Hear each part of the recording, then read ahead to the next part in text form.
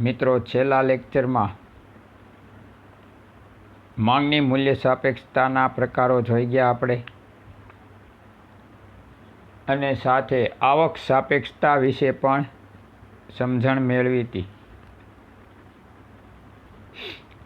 તો આપણને ટૂંકા પ્રશ્નમાં આમાંથી દરેકમાં પૂછી શકશે માંગની મૂલ્ય સાપેક્ષતાના પ્રકારો.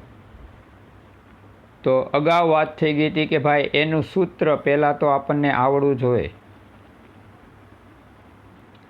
કે માંગની મૂલ્ય સાપેક્ષતાનું સૂત્ર જણાવો. તો એની અંદર જોવાનું સૂત્ર આવડવું જોઈએ. 2 માર્કમાં 1 માર્કમાં પૂછી શકે કે માંગમાં થતો ટકાવારી ફેરફાર અને એના છેદમાં કિંમતમાં થતો ટકાવારી ફેરફાર, તો એને આપણે માંગની મૂલ્ય સાપેક્ષતા કહેશું. આ એનું સૂત્ર છે. હવે એની અંદર આપણને એના જે જુદા જુદા પ્રકારો આપે એના કિંમત મૂકવાની અને સમજૂતી આપવાની. બીજો પ્રશ્ન આપણને એવી રીતે પૂછશે કે ભાઈ માંગની મૂલ્ય સાપેક્ષતાના પ્રકારો કેટલા અને ક્યાં ક્યાં. તો અહીંયા માંગની મૂલ્ય સાપેક્ષતાના આપણે 5 પ્રકારો જોયા. પહેલું સંપૂર્ણ મૂલ્ય સાપેક્ષ માંગ, બીજું સંપૂર્ણ મૂલ્ય અનપેક્ષ માંગ, ત્રીજું એકમ મૂલ્ય સાપેક્ષ માંગ, ચોથું મૂલ્ય સાપેક્ષ માંગ અને પાંચમું મૂલ્ય અનપેક્ષ માંગ. તો આ રીતે આપણને એના કુલ 5 પ્રકારોના માત્ર નામ પૂછે તો આપણે માત્ર નામ દર્શાવવાના રહેશે. પછી દરેકની વ્યાખ્યાઓ આપણને પૂછી શકે છે ભાઈ કે સંપૂર્ણ મૂલ્ય સાપેક્ષ માંગ કોને કહેશું. તો અહીંયા આપણે છેલ્લા લેક્ચરમાં આપણે આ જોયું હતું કે વસ્તુની કિંમતમાં અત્યંત નજીવો ફેરફાર થાય અને તેની માંગમાં અમર્યાદિત ફેરફાર આવે ત્યારે તેવી માંગને સંપૂર્ણ મૂલ્ય સાપેક્ષ માંગ કહેવાય છે. તો અહીંયા વસ્તુ માટેની માંગ અમાપ છે, અમર્યાદિત છે, બરાબર, અનંત છે, એટલે એને સંપૂર્ણ મૂલ્ય સાપેક્ષ માંગ કહેવામાં આવી છે. તો અહીંયા જો કિંમતમાં નજીવો ફેરફાર થયો છે પણ એની માંગમાં અમર્યાદિત ફેરફાર થયો, એટલે આપણે એવી માંગને મૂલ્ય સાપેક્ષ માંગ, સંપૂર્ણ મૂલ્ય સાપેક્ષ માંગ તરીકે ઓળખી છે. બરાબર. તો અહીંયા કિંમતમાં થતા ફેરફારને આધારે માંગમાં જે મોટા પ્રમાણમાં વધારો થયો, બરાબર, કે ઘટાડો થયો, તો એને સંપૂર્ણ મૂલ્ય સાપેક્ષ માંગ તરીકે ઓળખવામાં આવે છે. એવી જ બીજી માંગ આપણને આપી છે કે ભાઈ સંપૂર્ણ મૂલ્ય અનપેક્ષ માંગ. પહેલામાં આપણે જોયું સાપેક્ષમાં કે ભાઈ કિંમતમાં સામાન્ય ફેરફાર થયો, બરાબર. આમાં જોઈ અનપેક્ષમાં તો કિંમતમાં કોઈ પણ પ્રકારનો જે ફેરફાર થાય, મોટા પ્રમાણમાં હોય કે નાના પ્રમાણમાં, પણ વસ્તુની માંગમાં કોઈ ફેરફાર થશે નહીં, એટલે કે એની માંગ સ્થિર રહેશે, બરાબર. તો એવી પરિસ્થિતિને આપણે સંપૂર્ણ મૂલ્ય અનપેક્ષ માંગ તરીકે ઓળખશું.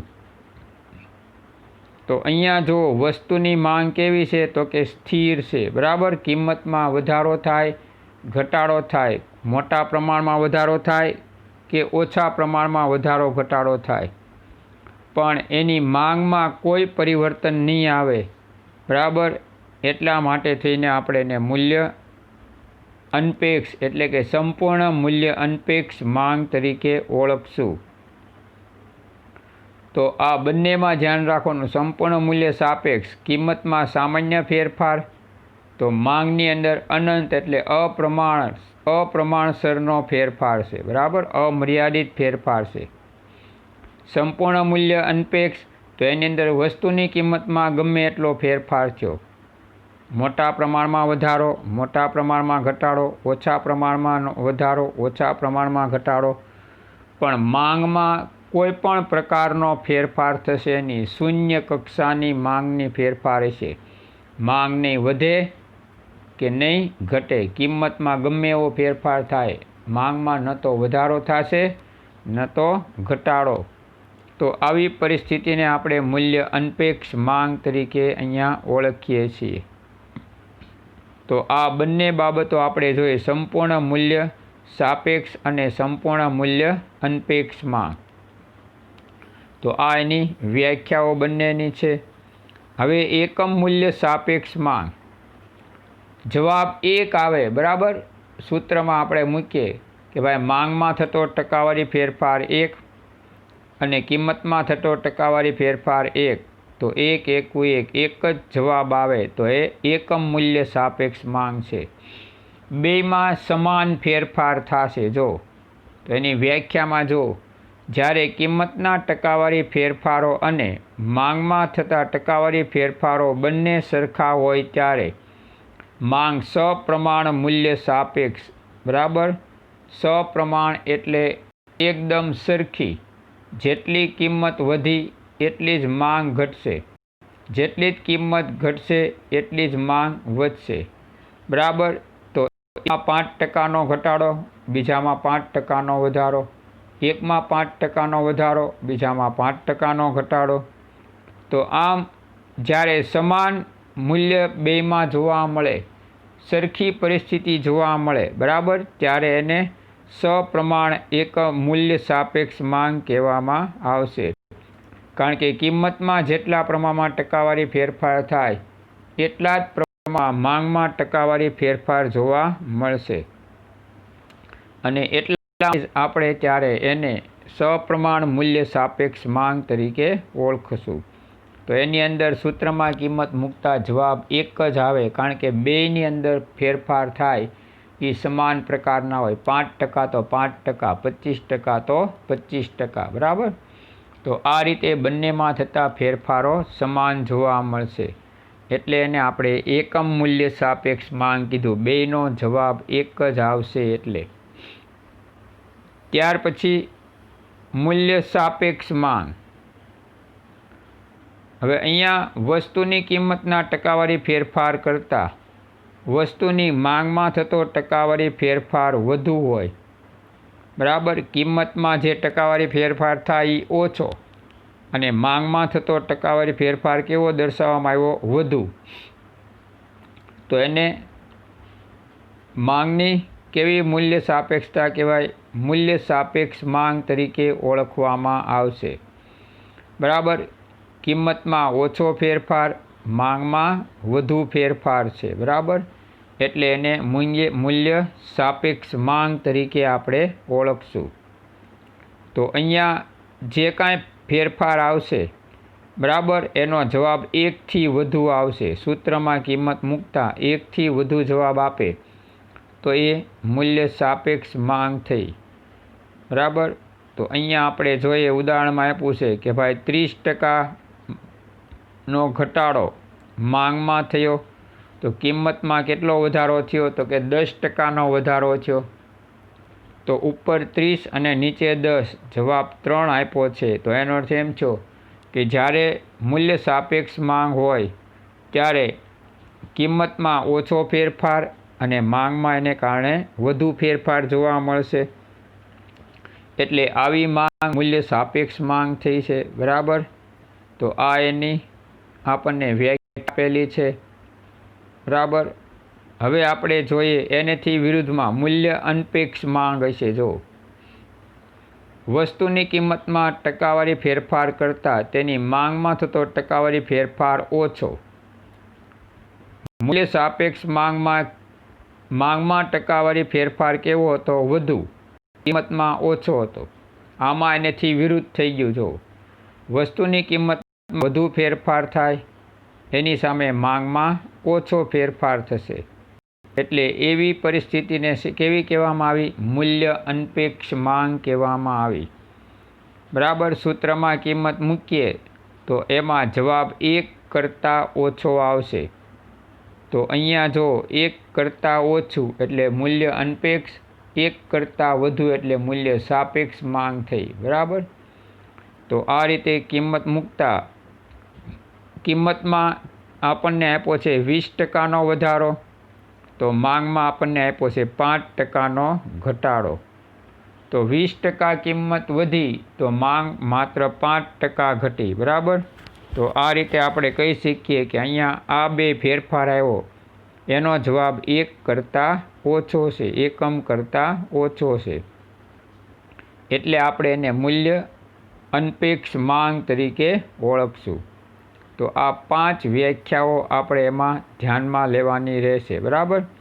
અને 5 વ્યાખ્યાઓ એની હારવાર આપણે માંગની મૂલ્ય સાપેક્ષતાનું સૂત્ર પણ પાકું કરવાનું રહેશે.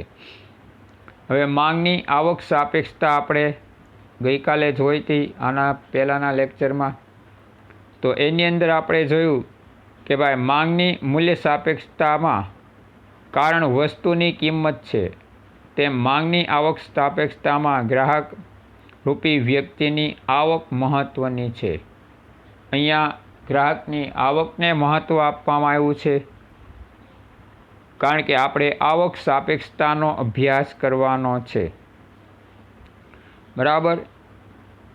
માંગની આવક સાપેક્ષતાનો ઉપયોગ વ્યક્તિની આવકમાં થતા વધારા કે ઘટાડા સાથે માંગમાં થયેલા વધારા ઘટાડા માપવા માટે થાય છે. તો અહીંયા વ્યક્તિની આવકમાં જે ફેરફાર થાય એને કારણે એ વ્યક્તિ એટલે કે ગ્રાહક માંગમાં કેવો ફેરફાર કરે છે એનું પ્રમાણ માપ જ્યારે દર્શાવવામાં આવે ત્યારે એને માંગની આવક સાપેક્ષતા તરીકે ઓળખવામાં આવશે. તો અહીંયા આપણને એનો અર્થ આપેલો છે કે માંગની આવક સાપેક્ષતા કોને કહેશું?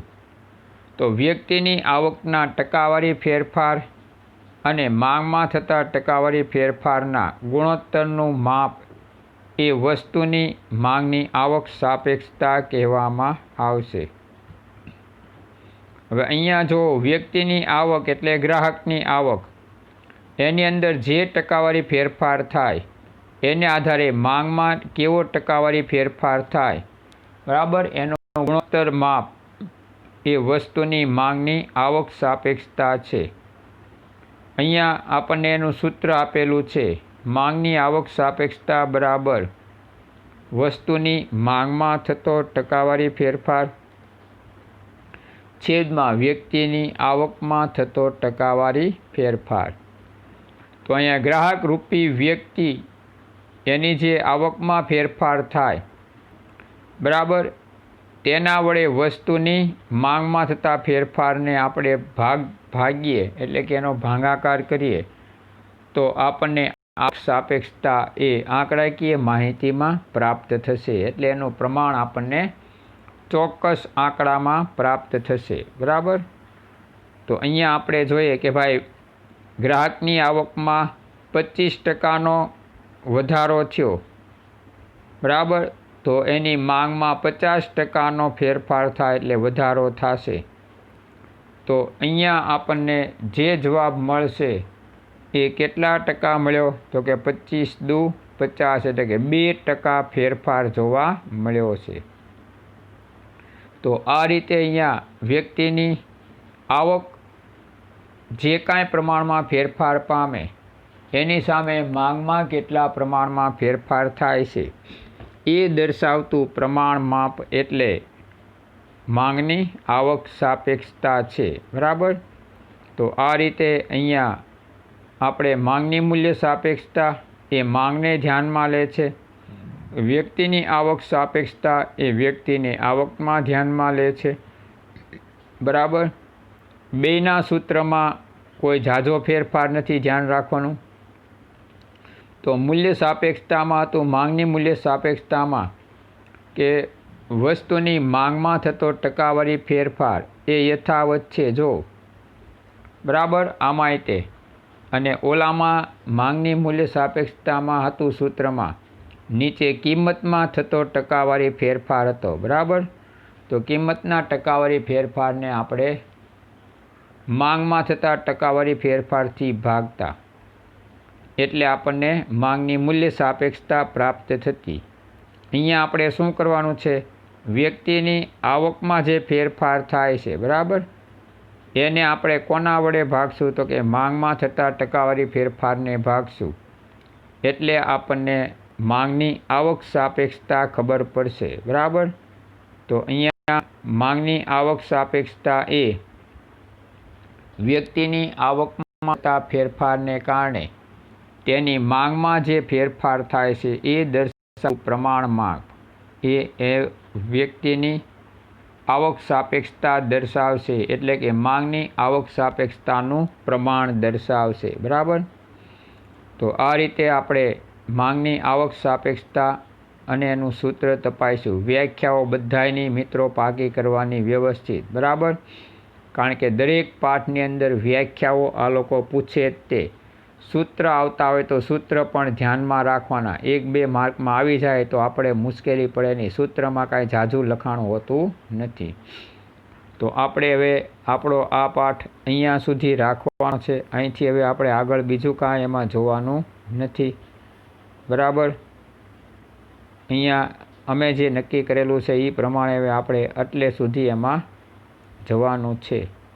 હવે આ પાઠ મહત્ત્વનો એટલા માટે છે કે આમાંથી અઢળક પ્રશ્નો પૂછશે, બરાબર. એટલે ફટાફટ આપણે આ પાઠમાં આવેલા પ્રશ્નો એકવાર ફરીવાર ચેક કરી લઈએ અને પછી નવા લેક્ચરથી આપણે શરૂ કરશું પાઠ નંબર 4 પુરવઠો, બરાબર.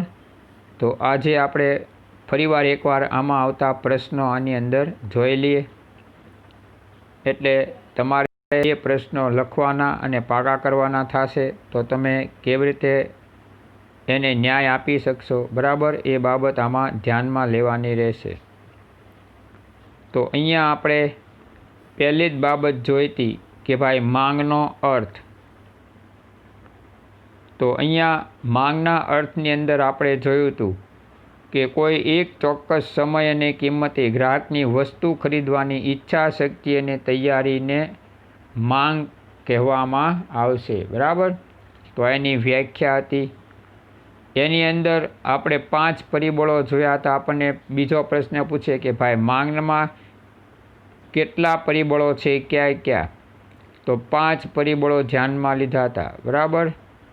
તો એમાં સમય, કિંમત, વસ્તુ ખરીદવાની ઈચ્છા, પછી નાણાકીય શક્તિ અને આપણી વસ્તુ ખરીદવાની તૈયારી.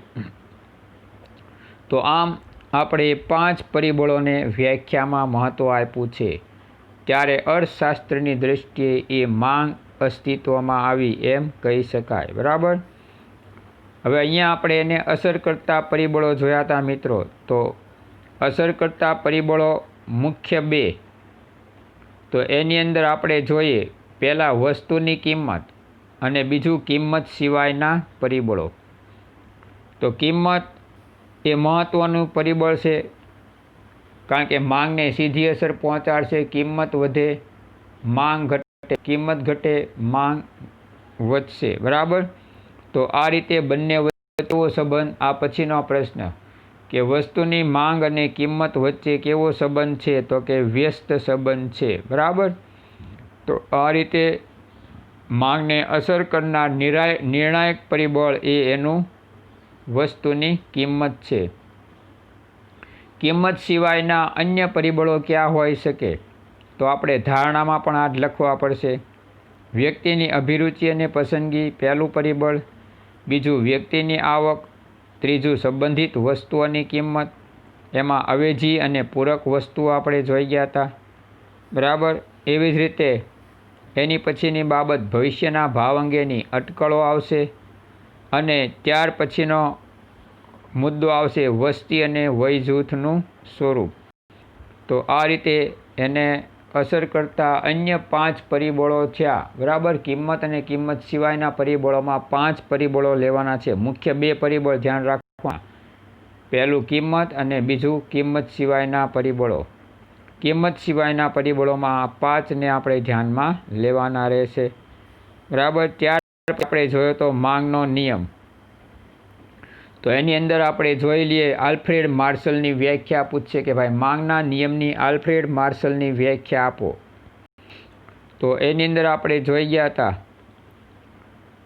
કે જો અન્ય પરિબળો યથાવત રહે તો વસ્તુની કિંમત ઘટતા વસ્તુની માંગનું વિસ્તરણ છે, જ્યારે વસ્તુની કિંમત વધતા વસ્તુની માંગનું સંકોચન થાય છે.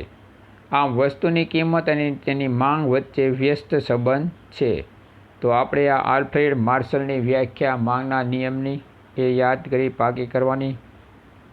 બરાબર. પછી એની ધારણાઓ, તો ધારણાઓની અંદર કઈ બાબતો ધ્યાનમાં લેશું? કિંમત સિવાયના પરિબળો, બરાબર, એ સ્થિર ધારવાના છે. મેં તમને કીધું જ છે અગાઉ કે ગ્રાહકોની અભિરુચિ અને પસંદગી, ગ્રાહકોની આવક, અવેજી અને પૂરક વસ્તુઓની કિંમત, ભવિષ્યની ભાવ અંગેની અટકળો અને વસ્તુનું પ્રમાણ. તો વસ્તીનું પ્રમાણ પણ અહીંયા સ્થિર ધારવાનું છે. તો આ માંગના નિયમની ધારણાઓ થઈ. ત્યાર પછી માંગના નિયમની અનુસૂચિ. તો કોઈ એક ગ્રાહક કોઈ એક ચોક્કસ સમયે જુદી જુદી કિંમતે વસ્તુના કેટલા એકમો ખરીદવા તૈયાર થઈ છે તે દર્શાવતી યાદીને માંગની અનુસૂચિ કહેવામાં આવશે. બરાબર. તો આ રીતે આપણે એની અનુસૂચિ, એની વ્યાખ્યા લખવાની. બીજું, અનુસૂચિ તૈયાર કરવાની આવશે અને એની ઉપરથી આકૃતિ. તો અનુસૂચિમાં વસ્તુની કિંમત જ્યારે લઈએ ત્યારે કિંમત વધારાથી ઘટાડા તરફ જવાનું અને માંગ ઘટાડાથી વધારા તરફ જવાનું, એટલે બે વિરુદ્ધ આવવી જોવે. બરાબર. પછી OX અને OY ધરી ઉપર જોઈ લેવાનું કે ભાઈ OX ધરી પર માંગ અને OY ધરી ઉપર કિંમત લેવાની. બધી આકૃતિમાં આ ખાસ ધ્યાન રાખવાનું રહેશે. ત્યાર પછી આપણને પૂછશે કે ભાઈ આવક અસર અને અવેજી અસર. તો આવક અસરની અહીંયા વ્યાખ્યા આપી છે કે ગ્રાહકની નાણાકીય આવક સ્થિર રહે અને જો વસ્તુની કિંમતમાં ઘટાડો થાય તો ગ્રાહકની ખરીદ શક્તિમાં વધારો થાય, જેથી ગ્રાહકની વાસ્તવિક આવક વધે તો એને આપણે આવક અસર કહેશું.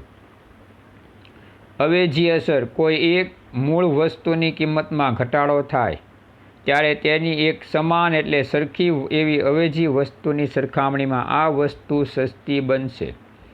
બરાબર. તો તેને અવેજી અસર તરીકે આપણે ઓળખશું. પછી આપણે જોઈ ગયા હતા માંગના નિયમના અપવાદો. તો માંગના નિયમના અપવાદો એટલે જે માંગના નિયમને અસર કરતા નથી એને આપણે માંગના નિયમના અપવાદ કહેશું. તો પ્રતિષ્ઠા મૂલ્ય વસ્તુ, અત્યંત સસ્તી વસ્તુઓ, હલકા પ્રકારની વસ્તુઓ. આની અંદર આપણને પૂછશે હલકા પ્રકારની વસ્તુઓનો ખ્યાલ કોણે રજૂ કર્યો?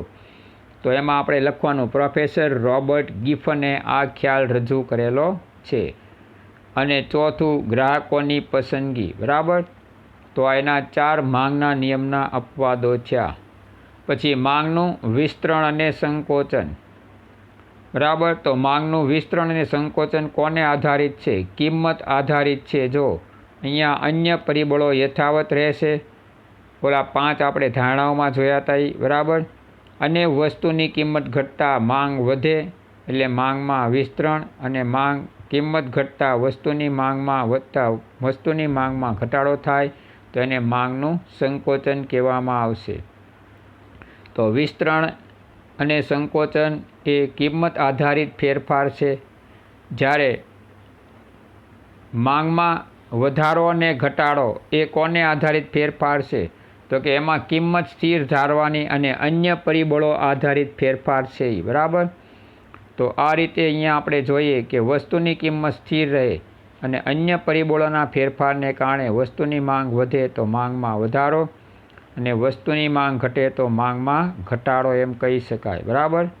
તો આ થયો માંગમાં વધારો ઘટાડો. આકૃતિમાં એમાં ધ્યાનમાં રાખવાનું. માંગમાં વધારા ઘટાડામાં અનુસૂચિમાં ખાસ ધ્યાન રાખો, કિંમત એક જ રાખવાની છે. બધામાં જો 3 રૂપિયા જ આપી છે. માંગમાં ફેરફાર દર્શાવવાનો છે, કિંમત સ્થિર છે. બરાબર. એટલે એમાં અનુસૂચિમાં મિત્રો ખાસ યાદ રાખજો. ત્યાર પછી વ્યક્તિગત માંગ અને બજાર માંગ. ચોક્કસ સમય દરમિયાન કોઈ એક વ્યક્તિ કે ગ્રાહક દ્વારા બજારમાં જુદી જુદી કિંમતે જે વસ્તુની માંગ થાય એક વ્યક્તિ દ્વારા, બરાબર, તો એને વ્યક્તિગત માંગ. અને બજારમાં જ્યારે વ્યક્તિઓના સમૂહ દ્વારા એટલે ગ્રાહકો દ્વારા જુદી જુદી કિંમતે વસ્તુઓની માંગ થાય એના સરવાળાને આપણે શું કહેશું? તો કે બજાર માંગ તરીકે ઓળખવામાં આવશે. તો એક વ્યક્તિ દ્વારા થતી માંગ એટલે વ્યક્તિગત માંગ અને વ્યક્તિના સમૂહ દ્વારા થતી માંગનો સરવાળો એ બજાર માંગ. બરાબર, આ બે વ્યાખ્યાઓ ધ્યાન રાખવાની. તો આમ આપણે વ્યક્તિગત માંગ અને બજાર માંગ વિશે જોયું હતું. એમની અનુસૂચિ અને આકૃતિઓ પણ આપણે જોઈ હતી. છેલ્લી આકૃતિ જો બજાર માંગની છે મિત્રો, બરાબર, એ ખાસ પાકી કરવાની, કારણ કે અનુસૂચિને આધારિત છેલ્લી જે આપણને કોલમ આપી છે સરવાળો ABC 3 વ્યક્તિની ટોટલ માંગનો સરવાળો આપ્યો હોય છે, બરાબર, બજાર માંગ, એ આપણે આ આકૃતિમાં લેવાની છે. બરાબર, તો એને આધારિત આપણે અહીંયા બજાર માંગ વિશે જોશું. તો આ રીતે અહીંયા બજાર માંગની આકૃતિ અને અનુસૂચિ પાકી કરવાની રહેશે. પછી માંગની આપણે સાપેક્ષતા જોયું, તો એમાં મૂલ્ય સાપેક્ષતા વિશે જોયું. તો આ રીતે અહીંયા આપણે જોયું કે ભાઈ માંગની મૂલ્ય સાપેક્ષતા એટલે શું, તો એના આપણે અર્થ જોઈ ગયા હતા. માંગની મૂલ્ય સાપેક્ષતા કોઈપણ વસ્તુની કિંમત અને માંગ વચ્ચેનો પ્રમાણાત્મક સંબંધ દર્શાવે, એટલે આંકડાકીય સંબંધ દર્શાવે છે. બરાબર, પછી એનું સૂત્ર છે આપણને કે માંગની મૂલ્ય સાપેક્ષતા, તો એમાં સૂત્રમાં લખવાનું છે માંગમાં થતો ટકાવારી ફેરફાર છેદમાં કિંમતમાં થતો ટકાવારી ફેરફાર. આ સૂત્ર આપણને એ લોકો પૂછશે તો આપણે સૂત્ર પાકું કરવાનું રહેશે. ત્યાર પછી ટૂંકો પ્રશ્ન જે હમણાં જોઈ ગયા કે ભાઈ માંગની મૂલ્ય સાપેક્ષતાના પ્રકારો કેટલા અને ક્યાં ક્યાં. માંગની મૂલ્ય સાપેક્ષતાના કુલ 5 પ્રકારો છે. સંપૂર્ણ મૂલ્ય સાપેક્ષ માંગ, બીજું સંપૂર્ણ મૂલ્ય અનપેક્ષ માંગ, ત્રીજું એકમ મૂલ્ય સાપેક્ષ માંગ, ચોથું મૂલ્ય સાપેક્ષ માંગ, પાંચમું મૂલ્ય અનપેક્ષ માંગ. સંપૂર્ણ મૂલ્ય સાપેક્ષ માંગમાં જોઈએ તો વસ્તુની કિંમતમાં સામાન્ય ફેરફાર થાય, માંગમાં અમર્યાદિત ફેરફાર થાય તો એ સંપૂર્ણ મૂલ્ય સાપેક્ષ માંગ કહેવામાં આવશે. બરાબર, ત્યાર પછી સંપૂર્ણ મૂલ્ય અનપેક્ષ માંગ, તો વસ્તુની કિંમતમાં ગમે તેટલો ફેરફાર થાય પણ વસ્તુની માંગમાં કાંઈ ફેરફાર થતો નથી, શૂન્ય ફેરફાર, કિંમત વધે કે ઘટે, માંગમાં કોઈ પણ પ્રકારનો વધારો ઘટાડો નથી. બરાબર, તો એને આપણે સંપૂર્ણ મૂલ્ય અનપેક્ષ માંગ તરીકે ઓળખશું. ત્યાર પછી એકમ મૂલ્ય સાપેક્ષ માંગ, એટલે એક જવાબ આવે તો કિંમતમાં થતો ટકાવારી ફેરફાર અને માંગમાં થતો ટકાવારી ફેરફાર બે સમાન એટલે સરખા હોય, બરાબર, ત્યારે માંગ સપ્રમાણ મૂલ્ય સાપેક્ષ છે એમ આપણે કહેવામાં આવશે.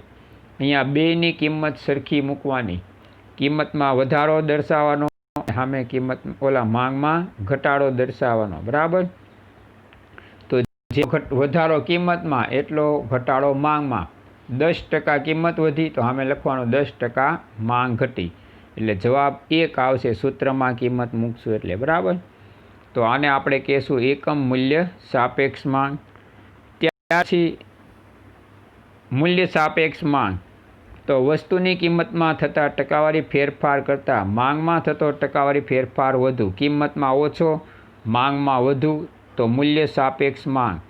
એટલે અહીંયા 1 કરતાં વધુ જવાબ આવશે સૂત્રમાં કિંમત મૂકશું તો. બરાબર, અને મૂલ્ય અનપેક્ષની અંદર જુઓ મિત્રો, એની કરતાં વિરુદ્ધ, આમાં કિંમતમાં ટકાવારી ફેરફાર વધુ અને એની સામે માંગમાં થતો ટકાવારી ફેરફાર કેવો છે, ઓછો. બરાબર, એટલે અહીંયા વિરુદ્ધ થયું છે. તો અહીંયા એને આપણે મૂલ્ય અનપેક્ષ માંગ તરીકે ઓળખશું કે વસ્તુની કિંમતમાં થતા ટકાવારી ફેરફાર કરતાં વસ્તુની માંગમાં થતો ટકાવારી ફેરફાર કેવો હોય છે, ઓછો. બરાબર, તો એને મૂલ્ય અનપેક્ષ માંગ, એટલે 1 કરતાં ઓછો જવાબ આવશે. બરાબર, એટલે આપણે એને મૂલ્ય અનપેક્ષ માંગ કીધી. માંગની આવક સાપેક્ષતા, અહીંયા આપણે એની વ્યાખ્યા જોઈ ગયા. વ્યક્તિની આવકના ટકાવારી ફેરફાર અને માંગમાં થતા ટકાવારી ફેરફારના ગુણોત્તરનું માપ એ વસ્તુની માંગની આવક સાપેક્ષતા છે. એટલે ગ્રાહકની આવકમાં ફેરફાર થાય એને કારણે માંગમાં કેટલો ફેરફાર થાય એ બાબત આમાં દર્શાવાશે.